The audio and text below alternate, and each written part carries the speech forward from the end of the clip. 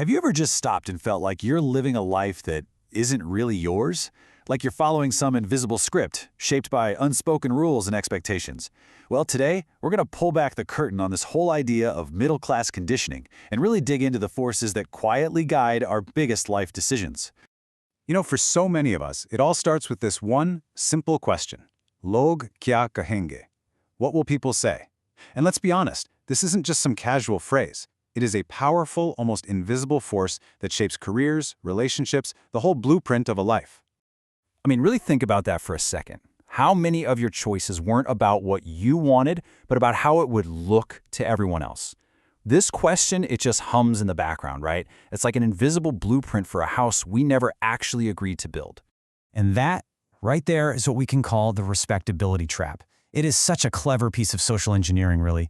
See, it doesn't frame conformity as just giving in. It reframes it as a virtue. You're not just obeying, you're being responsible, you're being successful, and that's the trap. It makes following the rules feel like some kind of personal win.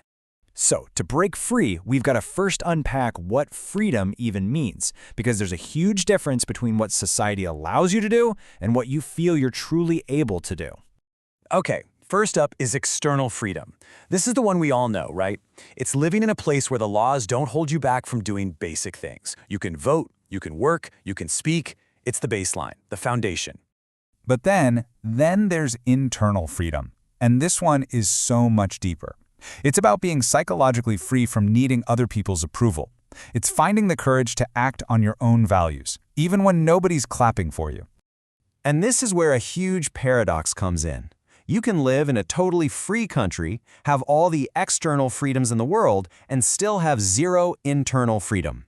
Sure, you have the legal right to speak your mind, but do you have the internal courage to say what you truly believe if you know you'll be judged for it?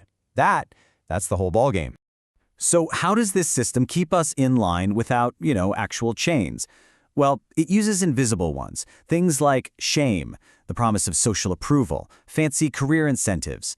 Think about it. You don't need a prison when your own mind is conditioned to police itself. Your reputation becomes the fence.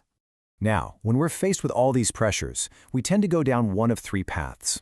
And figuring out which one you're on, well, that's the first step to making a real choice. So let's look at them: the conformer, the rebel, and the sovereign.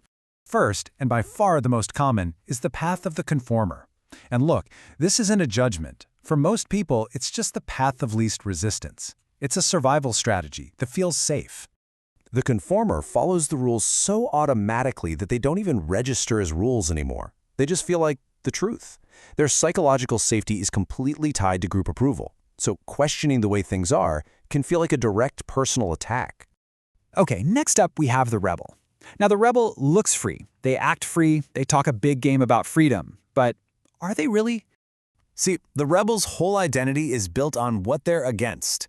They reject the norms, sure, but their actions are still being dictated by the very system they're trying to fight. The rules still control them, just in reverse. It's a reaction, not a truly conscious choice. And that brings us to the third path, the one that's really aspirational, the sovereign individual. This is a totally different way of being. It's not based on reaction, it's based on rational, conscious thought. The sovereign individual isn't defined by obeying or rebelling. They're defined by conscious evaluation. They look at a social rule, they understand why it exists, and then they decide whether to accept it, change it a bit, or reject it completely. Their real superpower is the ability to handle being misunderstood. Let's just lay it all out here. The conformer is driven by a fear of being left out. The rebel is driven by anger at being controlled. But the sovereign? They're motivated by a pursuit of what's true. Their biggest fear isn't being alone or being controlled. It's getting to the end and realizing they lived a life they never even examined. So the big question is, how do we actually start moving towards this third path? The goal isn't to just burn everything to the ground. It's about building something new for yourself, a personal framework for the art of making a choice.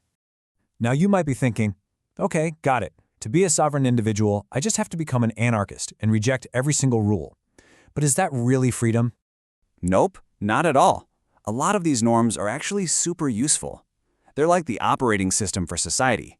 They help us work together, they stop things from descending into chaos. Some of them even contain wisdom passed down for generations.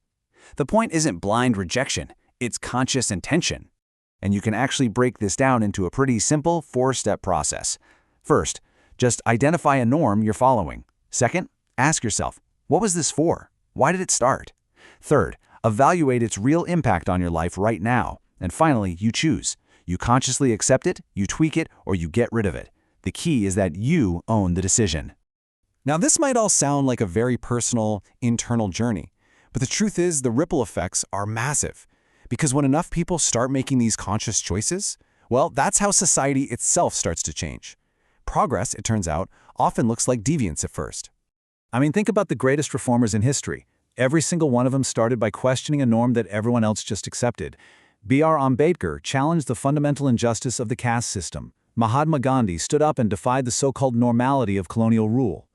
Their first and most difficult act wasn't marching. It was having the internal strength to withstand being isolated and misunderstood. Just let that sink in for a moment.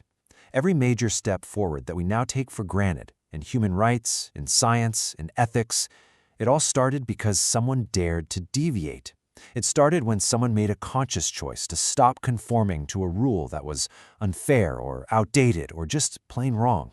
And so, that's the question we want to leave you with. Take a hard look at your own life, your career, your relationships, your day-to-day habits. Which rules are you following just because, well, because that's what you were told to do? Which norms have you never, ever actually chosen for yourself?